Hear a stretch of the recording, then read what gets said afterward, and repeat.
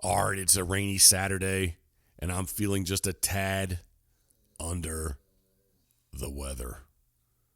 I don't know if that was Rye or Bo making noises, but the dogs are laying here with me too, so let's get with it. 5, 4, 3, 2, 1. Quiet on the set. All right, quiet on the set. Pitboss Nation, what is up? This is the Pitboss Podcast. I am the host, Jeff Coates. If you already follow along with us and know what we are about, we appreciate your effort in following along with us. If you've just stumbled upon us, just found us, please come along and check this out. Life through my eyes, from my perspective. Thinking of you we are. Come on along with me and let's get this thing started.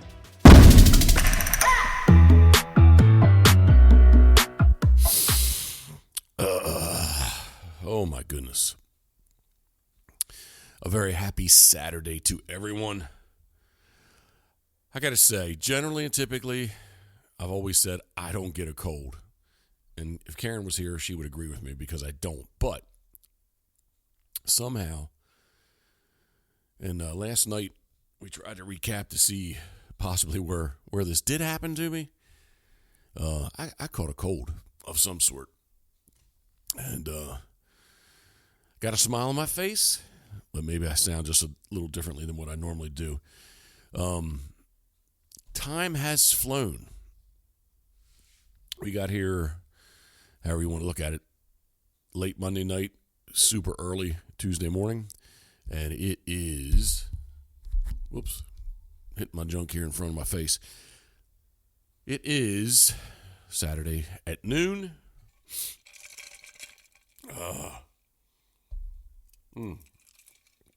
My Crown Black salute. So yeah, time has flown. Time's flown. I did sleep in this morning. I don't think I got out of bed till about 9 o'clock this morning. It looks to be some of the boys did go out this morning. I got some videos of vehicles getting stuck. The red PEI dirt, she does tend to get slick when it rains. So I got a couple of videos. I didn't see any pictures of birds. I'm sure they shot something, but I was just getting more videos of vehicles stuck and farm tractors having to pull them out. But Karen has met up with Judy, Jeff with a G, Jeff Wood, his wife, and they went downtown Charlottetown to the farmer's market. And I'm here manning the wood stove in chalet number 27 with 3 dogs, the ride dogs at my feet. I'm really not sure where the Duker dog is. Yeah, I don't know where he is. He may be in a bedroom, and I can see the little Bo on the sofa. But just thought I'd take a couple moments and recap the week because time truly has flown. Again, we 21 hours. We left Berlin at about, I think we pulled out of the driveway exactly at 1:51 a.m. Monday. Ooh, I'm watching Captain Quint get eaten. Got Jaws on in the background.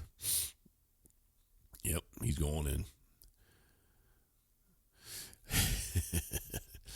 The blood is coming out of his mouth now as he goes into Jaws' mouth.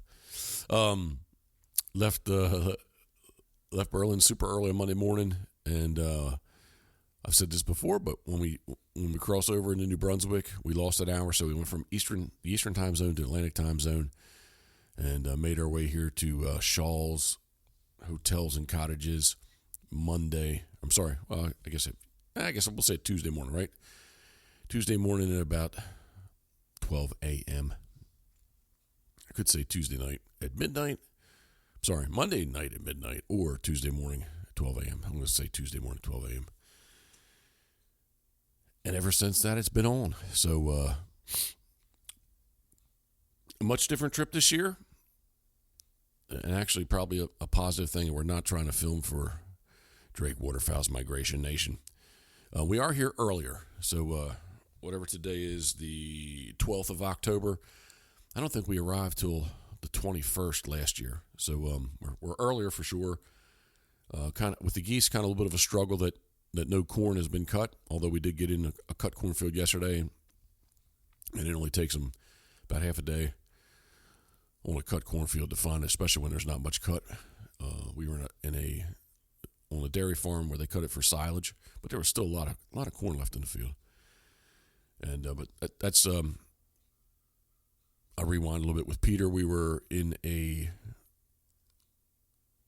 I won't say picked potatoes. I don't know what you say. What do you say? A harvested, dug up potato field. And then on Thursday, Jeff has it was winter wheat that had a lot of clover in it, and there was still a lot of wheat knocked down in there too. That was on Thursday, and then yesterday morning, Friday, we were in the silage cut cornfield. And I will say on yesterday's hunt that there was no wind at all. It was nice fog, which made it kind of cool as they appeared.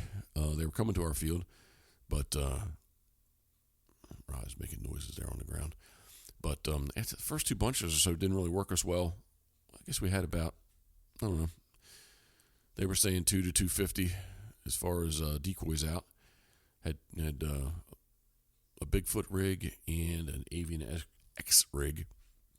But the geese, and we were in stand-up lines right in the hedgerow, but the geese came to us, looked at us, and then made a sharp turn and headed to the center of the field. Well, I should say at least the center to us. The field was huge. It went up a hill, and then there was still a whole bunch more field on the opposite side of the rise there. But in our area, they kind of went right out to the middle. So we had it happen to us twice, ran those geese off, and then it started to happen, even though we didn't have any wind. So it was a nice 35 goose shoot. Saw a couple groups of ducks. Nothing really got close to us. And so that was yesterday. We did Jeff and Judy took us for a little ride yesterday afternoon. Made it down east, not up east, but down east on the island. And if you get a second, check out Google or any of your maps. And to me, I would describe the island, maybe banana shape's not a good word, but like a crescent moon, a banana. It's got a little curve in it, and so it's up west or down west, and up east and down east. I think the island, to my definition, is really kind of situated northwest to southeast. So hence, when you go up, you either go up west or down west, or you go down east or up east, even though when you went up east, we went in a southerly direction. So we made it out to Point Prim, the oldest lighthouse on the island, and checked out a few other things down that way. There are a couple of really nice drives through like one-lane roads through the woods. I think they were even described, if Karen was here, she could remind me, but they were described as a scenic lane, and they were named after people. The one had a county road number on it, so even though it was only one-lane dirt road, still had a county number attached to it. And then we went to do 2 brewing companies. I'm struggling to think of the names. Bottom Copper Brewery, and then Bog Street Brewery. Both very good beers. And on I'm thinking it's Bog Street. Yeah. Anyway, man, Karen had a super seafood chowder that she was kind of feeding me. Judy had a chicken special, which was kind of I think it was like a butter battered chicken wings. I'll list these. Excuse me. And then Jeff and I both had the brisket sandwich, and it was very good. Man, and hand-cut fries, I could have just done a bowl of hand-cut fries because they were awesome too. But on the way back, sitting there talking, I really thought from the stand-up lines, all are preloaded with grass. And after the first 2 mornings, I really just thought kind of more of I won't say hay fever, but just my nose was kind of filled up with the grass. And there was some gold. And Jeff, I talked to to Jeff about it, and he's like, yeah, there's some goldenrod in there and stuff. So I was thinking maybe that's what I was really feeling. And but anyway, sitting there at the 2 brew pubs, Karen just was on me about, I have a cold, but I don't ever admit it that I have a cold, because I never get colds. Can't say never, but I never get colds. I'm going to say never, but you can't say never. And so on the ride back, about an hour drive back to the chalet, I guess I admitted it, and I said, can we stop someplace and get me something? And then as soon as I admitted it, getting some text messages. Whether I truly felt it or it was psychological, all of a sudden I started to feel a little achy. So hot shower when I got back, loaded up with some good meds, over-the-counter meds, maybe a little Crown Royal. I did switch up to the black last night for the 5% extra of alcohol. And that was the best sleep I've had in quite a long time, so feeling good. I think I'm going to take a quick break, try to clean my head out a little bit, and I will be right back. All right, I'm back with, I can't say it's as good as the first one because it's not, but Jaws 2 is on now, so. Ooh. Still not feeling 100%. So with the drive back last night, like I said, just whether it was real or not, or because I admitted it, that I was feeling it, but it didn't take much for Karen to twist my arm and suggest that maybe I should sleep in this morning, especially since we've got I don't know what they call them here, because I wouldn't call it a nor'easter here, but back home, right off OCMD, which I think now probably the center of the depression / tropical storm is maybe off Jersey now, but we call it a nor'easter. Karen's texting as I speak. We call it a nor'easter, and up here basically it's just making a really strong east wind, and we're getting quite a bit of rain off of it. So again, under Karen's advisement, I did decide to sleep in this morning. So say what you will about me, but I do think I feel a little bit better for staying in and not going out. But the days are winding down. Tomorrow, actually Monday, is Thanksgiving in Canada. So Jeff and Judy have been very kind to include Karen and myself. We're going to eat, actually, they celebrate on Sunday just because it's a little bit easier for the rest of their families. But they're going to head over here this afternoon. The chalet number 27 is large enough has 2 bedrooms. So they're going to stay with us tonight, and they're getting chalet number 21 tomorrow for all the festivities. The pellet grill did make its way north over the border with us. So Jeff is brining a turkey and a goose, and we're going to do those on the grill. Judy's doing a turkey in the oven. So I don't think it's a competition necessarily, but I think there's going to be a huge difference between the pellet grilled smoked turkey versus the one done in the oven. So, but looking forward to that. Sunday, no hunting.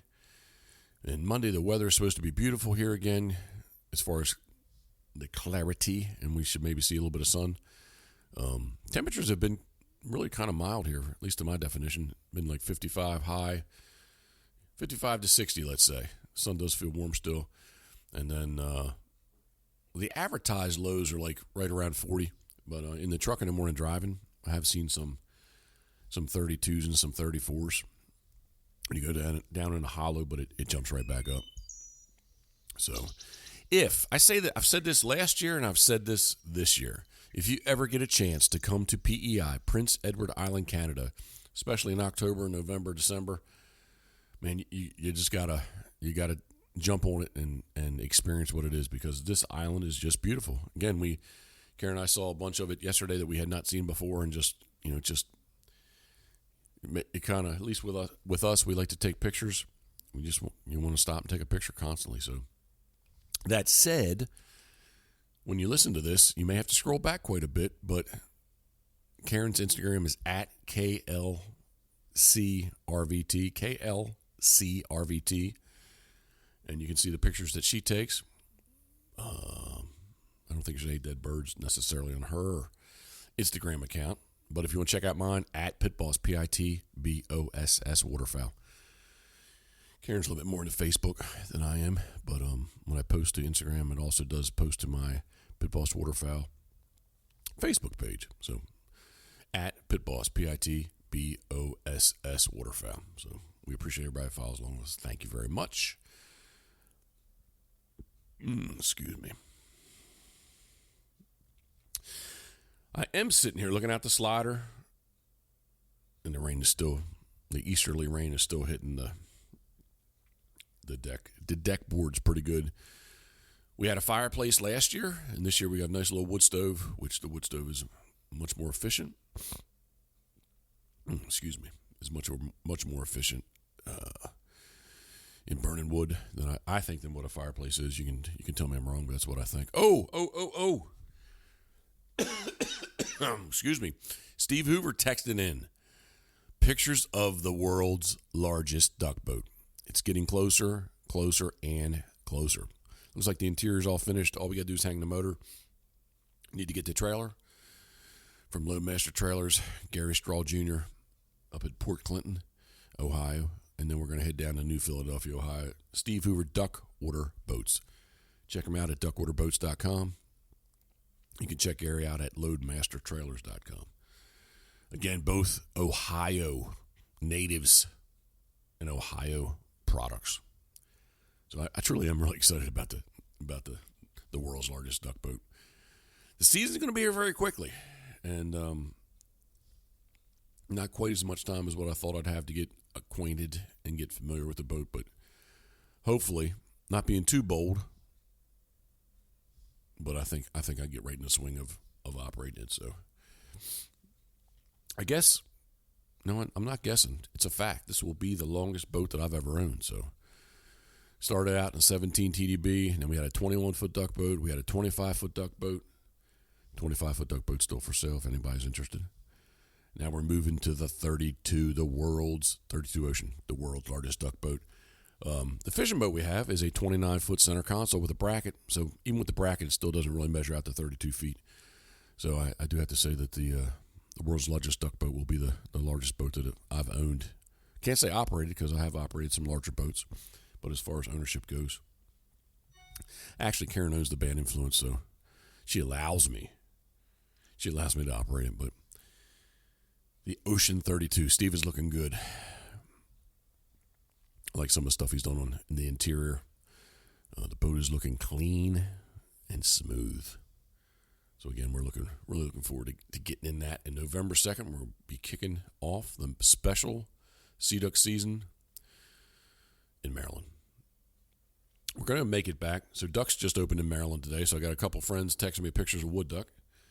And our first split, we have a 60-day duck season in Maryland on the Atlantic Flyway, and it gets broke down into 3 splits. Basically a Saturday to a Saturday, a week in October, and then more or less 2 weeks in November, and then mid-December to the end of January. So the first split in Maryland is pretty much a wood duck hunt, some local mallard, that kind of thing.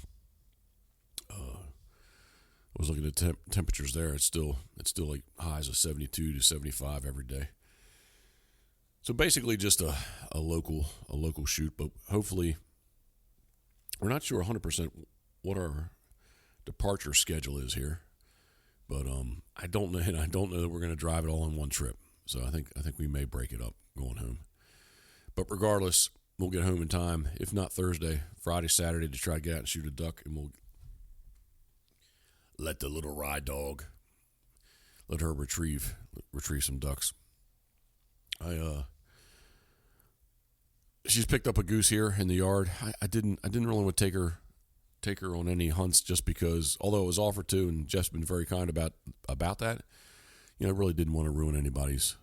I don't say ruin, but I didn't want to impede anybody's hunt just because, she hasn't retrieved birds yet. So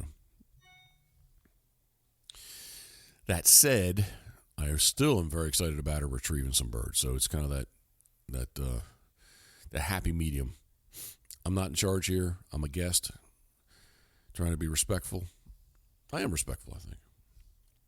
And part of being respectful is not, even though I've been offered, not bringing Rye along, and I just don't want her to be as Jeff with a G would say, an arse, which she probably will be. At least in the boat, there's no place for her to go, and when she gets the bird, she's got to come back to the boat. So boat hunting, I think, with a young dog especially, is maybe a tad easier to be successful, just because they got to come right back to you. So just opened the calendar up just to reassure myself. And there are 3 weekends. Well, 2 weekends, 2 Saturdays, and then the third Saturday is opening day. So sometimes I need to just look at a calendar to get it all square in my mind. Duke's checking out the rain. There was a big old eagle out here this morning. Karen said it was. I didn't get to see it because I was not up and awake yet, but I did get to see it. As I always mess with her. The eagle was gonna swoop down and pick up the little bow dog. He's 20 pounds, so I bet you, or 22 pounds. She'll say he's overweight and fat. I wouldn't want to see what the eagle could do to him when he hit it, but I doubt the eagle could pick it up. But I'm sure he could put a hurting on him. Robbie Shaw, thank you very much. Man, Shaw's Cottages. I think this property has been, I'd have to read the sign again, but from 1860. They've been doing something fairly similar to this. And it was on is on the Canadian Historical Registry. So just a beautiful piece of property. Kind of to the north of Jesus. Kind of to the north. Kind of to the northeast of us is the ocean, not that far away. Karen took a walk with the dogs there yesterday. And then to the west of us, or southwest of us here, is a nice piece of tidal water. And we didn't walk down to it last year. Well, one reason we were up, the way the cottages are laid out, we were up a little higher, and actually Karen walked to the beach last year also. And the path to the beach was very close to the chalet we were in last year, but this one is a little further to the south. But again, just a beautiful, beautiful property. So Robbie, thank you for your effort. He brought us down a fire pit. We enjoyed that the other evening, and as I like to say, it's just awesomeness. Yes. All right, I think I have reached the end of anything positive or good I had to say. Not that I had that much negative to say, but I'm just feeling that possibly I'll start to go into a rambling mode. And I don't want to do that, so I don't want to repeat stuff I've always said. Although, I always repeat myself. But that said, wait a second.